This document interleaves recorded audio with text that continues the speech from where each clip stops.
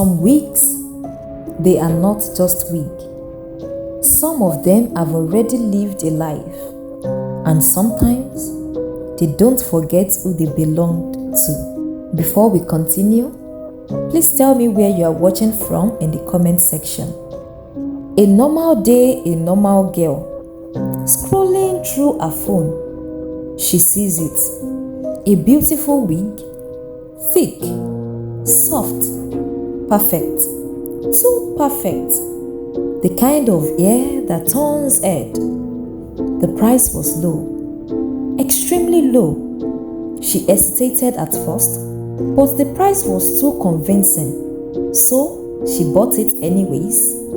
My wonderful viewers, if you found a wig of 400,000 naira selling for just 40,000 naira, will you still buy it, or will you be skeptical about it?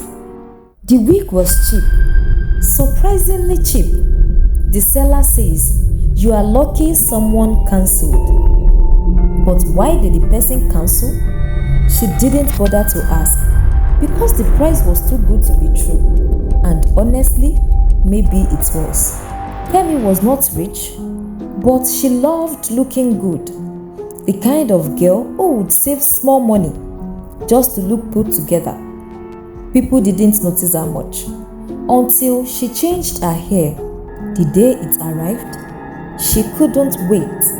She placed it on her head, and it fits perfectly, too perfectly, like it already knew her shape. She was happy, she smiled, she was looking beautiful. Then, she wore the same wig to work. At first, nothing happened. Just admiration, compliments, attention. She received attention from everyone. Then it came, a slight itching. Just slight.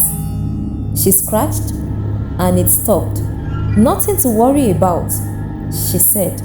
Of course, the itching was not too intense, but it was enough to be ignored. So, she thought it was normal. "New hair," she said. But that night, she woke up suddenly. Not from a sound, but from a feeling. She reached up to touch the wig. It felt warm. Not body warm, alive warm, like something burning. The next morning, she checked herself in the mirror. For a second, her reflection didn't match. She moved her head sideways, but the reflection was still and smiling.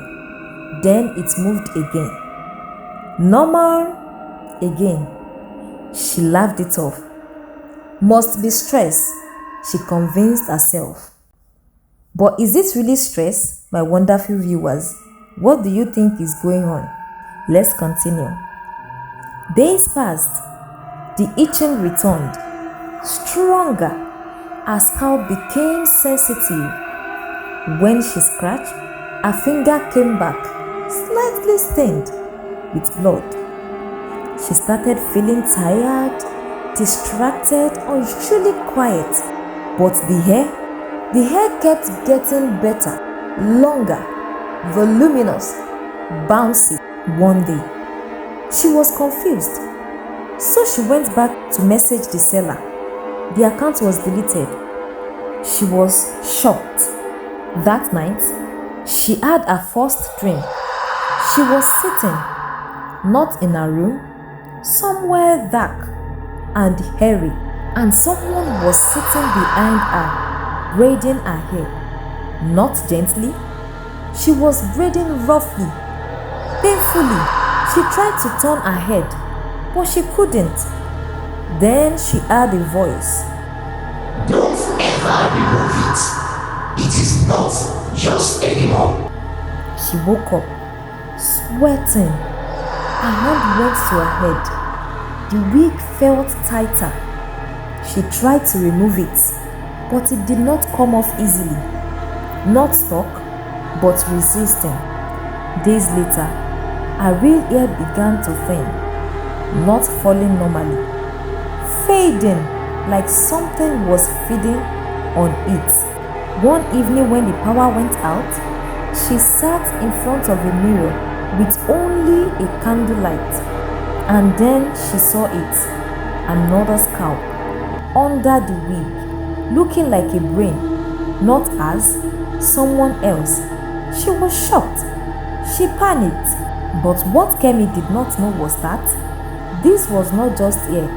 It was taken from someone who did not give it willingly. And now it was taken again. Before Kemi, there was Ifeoluwa, a girl no one noticed until one day people started noticing her hair. Long, dark, heavy, bouncy, the perfect hair. It didn't grow like normal hair. It grew like something was feeding it. And honestly, maybe something was. Ifeoluwa didn't get it from nowhere. Her mother once went somewhere desperate, a place where they promised beauty that cannot be ignored. But she was warned.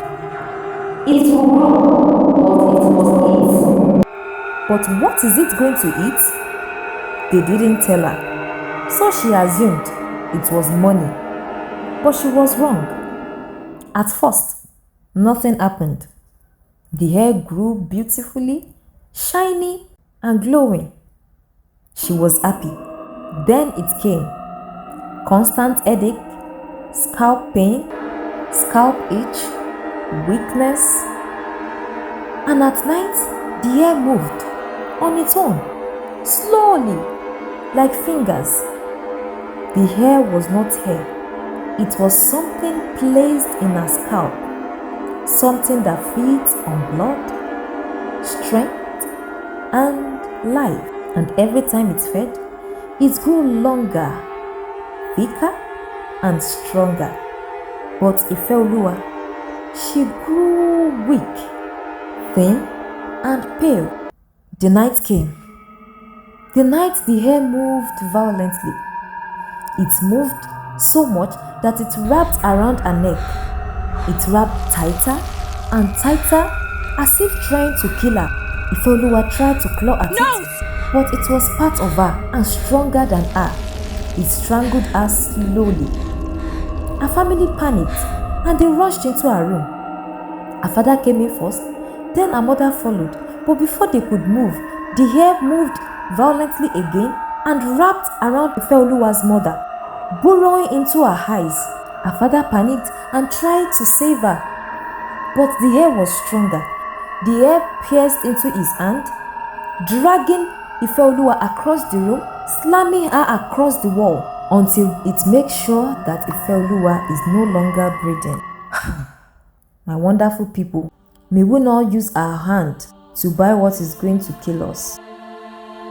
Her father panicked. He didn't bury her properly. They cut the hair, all of it. But even after she died, the hair was still growing. And the men who cut the hair, they began to argue because the hair was too valuable.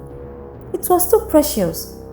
So they sold it to someone who knew how to process it. But something followed. One by one, those men began to fall sick. Not normal sickness. Their throats tightened at night, like something invisible was strangling them, testing their neck. And none of these men last longer. They all died in no time. Of course, the hair was cleaned, styled, packaged, beautiful, perfect, and it was sold. Because in this world, people don't ask where beauty comes from. But Kemi didn't know any of this. She just saw beauty, affordability, opportunity, and she bought it. One night, she saw it. The hair moving on its own. This hair was not falling. It was moving, like something alive, like a living thing. She tried to remove it, but this hair tightened. And my wonderful viewers, I know what you might be thinking. But she had already removed it when she saw the scalp underneath it. Why then did she put it back on? Because the hair is not just an hair. The hair is in control of its owner. Don't forget what happened to Ifeoluwa. She tried to remove it, but the hair tightened around her scalp like it was holding on. That night, it moved again. It wrapped around her neck. She fought, she pulled, she screamed, but it tightened just like it did before to Ifeoluwa. But then the hair let her go, and Kemi finally realized something terrifying. This hair is not trying to kill her immediately. It is trying to keep her alive long enough to feed fully. And after this, it's going to do to her what it did to Ifeoluwa. In panic, she remembered something her grandmother had said. Anything that feeds can be starved or burned. Immediately, she grabbed her scissors. She cut the hair. The hair screamed.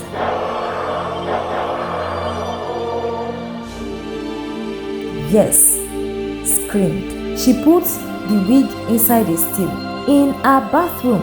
Then she lit the fire. The wig burned, but not quietly, like something dying again. Kemi survived, but not completely. Her hair never grew again, and sometimes at night, she still feels something on her scalp, moving and burrowing into her scalp. My wonderful viewers, this is why we must be careful of what we put on our head. Months later, online, the same wig appeared again. Same beauty, same bounciness, same volume, same message. I need to sell it fast. Kemi wondered. But I burned it. How is it here again? But the answer is because some things don't die. They just wait for the next victim. My wonderful viewers, would you still wear this kind of wig? Let me know in the comments. Did you enjoy this story? If you do, then follow for more stories like this. Thank you for watching. See you in the next one.